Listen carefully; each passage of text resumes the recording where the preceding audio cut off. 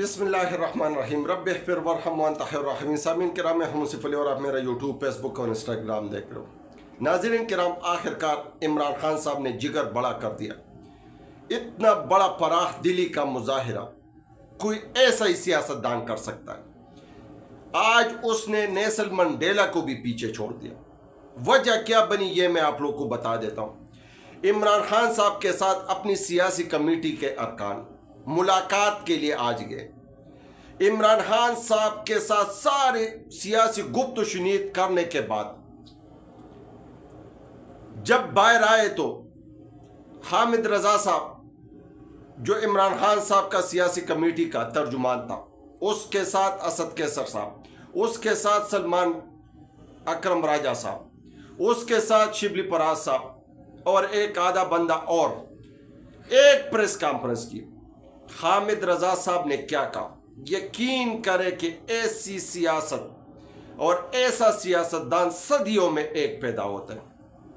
آپ لوگ غور کر لیں کہ عمران خان صاحب نے یہاں تک کہا اس حکومت کو، اس سسٹم کو، اس کمپنی کو کہ میرے ذات کے ساتھ جو بھی اس نظام نے کیا ہے، مجھے ہائی کورٹ کے احاطے سے پکڑ کر، گریوان سے پکڑ کر گھسیٹ کر لے کے آیا۔ میں وزیر اعظم تھا، میرے اوپر ڈائریکٹ گولی چلائی، میں وزیر اعظم تھا۔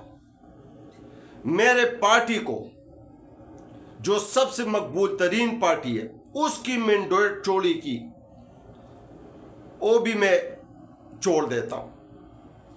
میرے پارٹی کے ساتھ جو پکڑ دکل کی، وہ سارے چیزیں میں پس پش ڈال لیتا ہوں۔ جو یعنی میرے ذات کے ساتھ یا میری باڈی کے ساتھ جو کچھ اس سسٹم نے کیا، اس کو میں پاکستان کی خاطر فی سبیل اللہ معاف کرنے کے لیے تیار ہوں۔ میں کوئی انتقام نہیں لوں گا۔ اگر ان کے دل میں ڈر ہے، ان کے دل میں یا ان کے ذہنوں میں یہ انتشار ہے کہ جو ہم نے عمران خان صاحب کے ساتھ کیا اور یہ باہر آئیں گے تو یہ پتہ نہیں ہمارے ساتھ کیا کریں گے، اس نے جارحانہ طور پہ کہہ دیا کہ میں فی سبیل اللہ سب چیزیں معاف کرنے کے لیے تیار ہوں۔ ہاں، صرف اور صرف حکومت سے جو 26 نومبر کو جو 12 سے 13 شہید ہوئے، جو 28 سے 38 زخمی ہے یا 140 لاپتہ ہے، اس کے اوپر سینئر ججز کی کمیشن بنائی جائے۔ اور دوسرا، اسی کمیشن نے 9 مئی جیسے اقدامات کا بھی انکوائری کا مطالبہ کرے۔ بڑے جائز مطالبات ہیں۔ یقین کرے کہ اس کے لیے 31 جنوری تک ڈیڈ لائن بہت زیادہ ہے۔ یہ اگر حکومت سنسیئر ہو، مخلص ہو اور ان کا ڈائلاگ کامیاب کرنے کا سوچ ہو، یا عمران خان صاحب کا سیاسی پہلو کو مد نظر رکھتے ہوئے اگر حکومت اس پہ عمل کرنا چاہتے تو اس کے لیے میرے خیال سے 2 ہفتے بھی زیادہ ہوں گے، کیونکہ یہ اتنے کوئی لمبا چوڑا اقدام نہیں ہے۔ نہ عمران خان صاحب اپنی رہائی چاہتا ہے، صرف اور صرف یہ جو ان کے پارٹی کے سیاسی ورکر جو قید میں بند ہیں، اس کی رہائی چاہتے ہیں، جو ناجائز طریقے سے اندر قید و بند کی زندگی گزار رہے ہیں۔ اور دوسرا، جو 26 نومبر ڈی چوک میں اسلام آباد میں جو ہوا ہے، اس کی انکوائری چاہتا ہے، اور جو اس میں قصوروار ہے ان کو سزا دلانا چاہتا ہے۔ عمران خان صاحب نے کہا میرے اوپر گولی چلائی، میں سٹنگ وزیر اعظم تھا، لیکن میں صرف اور صرف اپنا FIR بھی درج نہیں کرا سکا۔ میرے سب سے مقبول ترین جماعت کا میں چیئرمین ہوں۔ میری پارٹی 8 فروری میں الیکشن جیت گئے، میری مینڈیٹ چوری کی گئی ہے، دوسری جماعت کو دیا گیا، اس کو بھی میں معاف کرنے کے لیے تیار ہوں۔ میرے پارٹی کے اوپر، میری پارٹی کے ورکروں کے اوپر، ان کے گھروں پہ ان کی چار در چار دیوالی کی عزت پامال کی، ان کو بھی معاف کرنے کے لیے تیار ہوں۔ لیکن صرف اور صرف یہ 2 مطالبات، اور اس کے لیے میں 31 جنوری تک ٹائم دیتا ہوں۔ 31 جنوری کے بعد پھر حکومت میرے سے گلہ نہیں کرے گا، پھر حکومت میرے سامنے نہیں آئیں گے، پھر ڈائیلاگ کی کوئی شوشہ نہیں چھوڑیں گے، کیونکہ پہلے میرے اوپر یہ الزام لگ رہا تھا کہ میں اسٹیبلشمنٹ کے ساتھ مذاکرات کرنا چاہتا ہوں، حکومت کے نہیں کرنا چاہتا۔ آخر کار میں حکومت کے ساتھ بھی ٹیبل پہ بیٹھ گیا۔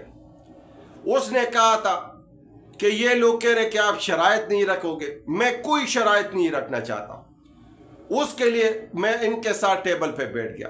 اب اگر میری مطالبات نہیں مان گئے اس پاکستان کے خاطر، تو جو سیول نافرمانی کا میں نے کال دیے وہ پھر زور پکڑے گی، کیونکہ ابھی اس کو پوسٹ پون نہیں کیا، بند نہیں کیا، بس صرف اور صرف اس کو سلو ڈاؤن کیا ہوا ہے۔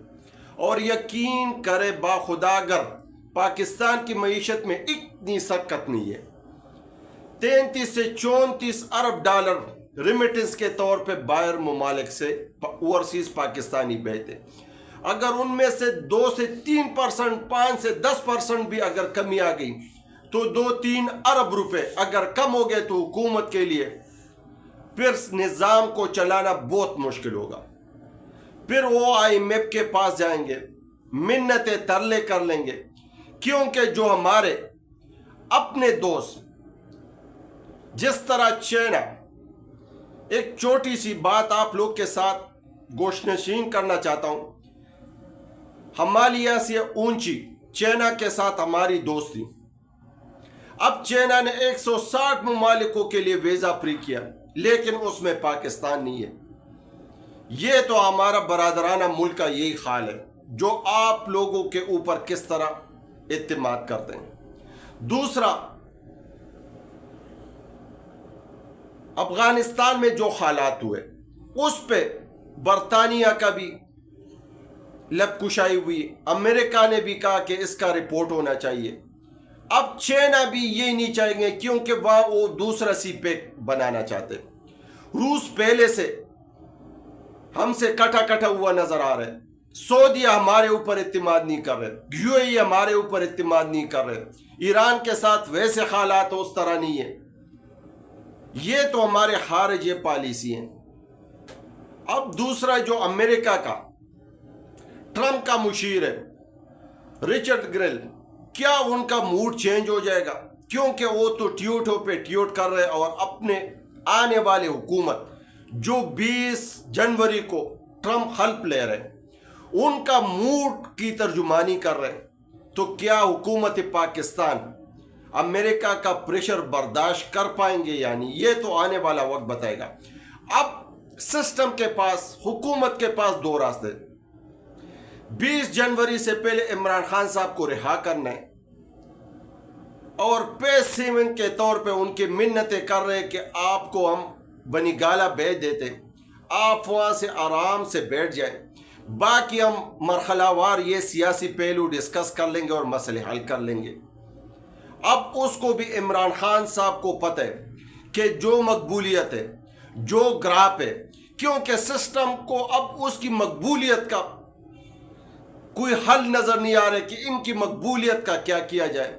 اب عمران خان صاحب کو بھی ادراک ہے کہ اگر میں ان باتوں پہ باہر نکل گیا تو میری سیاست کو ایک بڑا جھٹکا لگے گا، اور پھر بعد میں یہی سسٹم اور یہ کمپنیاں ان کے اوپر کوئی اور ڈیل اور یا ڈیل کا الزام لگا لیں گے۔ اب عمران خان صاحب کو ان چیزوں کا بھی ادراک ہے۔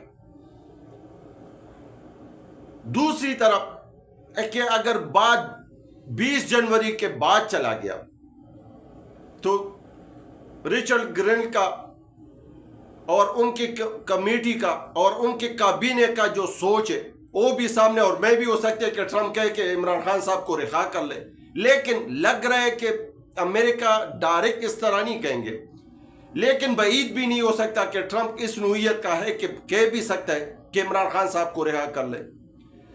اب سسٹم کے پاس یہ ایک فکر لاحق ہے کہ اب کرے تو کیا کرے۔ یقین کرے با خدا کہ عمران خان صاحب کی مقبولیت اتنی عروج پہ پہنچ گئی ہے کہ ان کو سنبھالنا اب مشکل ہے اس نظام کے لیے، کیونکہ مس کیلکولیشن ہوئی ہے۔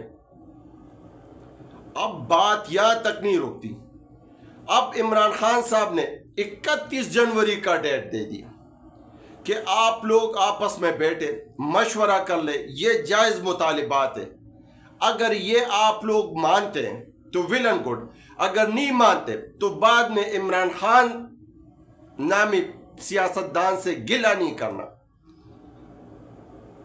پھر میرے پاس جو کارڈ ہوں میں سارے شو کروں گا، اور پھر یہی واحد کارڈ ہے کہ وہ پھر اوورسیز کو اعلان کریں گے کہ ریمیٹنس کم بھیجنا شروع کر دے، اور سیول نافرمانی کی تحریک ملک سے باہر بھی اور ملک کے اندر بھی سٹارٹ ہو جائے گی، اور وہ پھر حالات پاکستان کے لیے، پاکستان کی معیشت کے لیے، پاکستانی عوام کے لیے وہ بڑ سچویشن سامنے آ جائے گی۔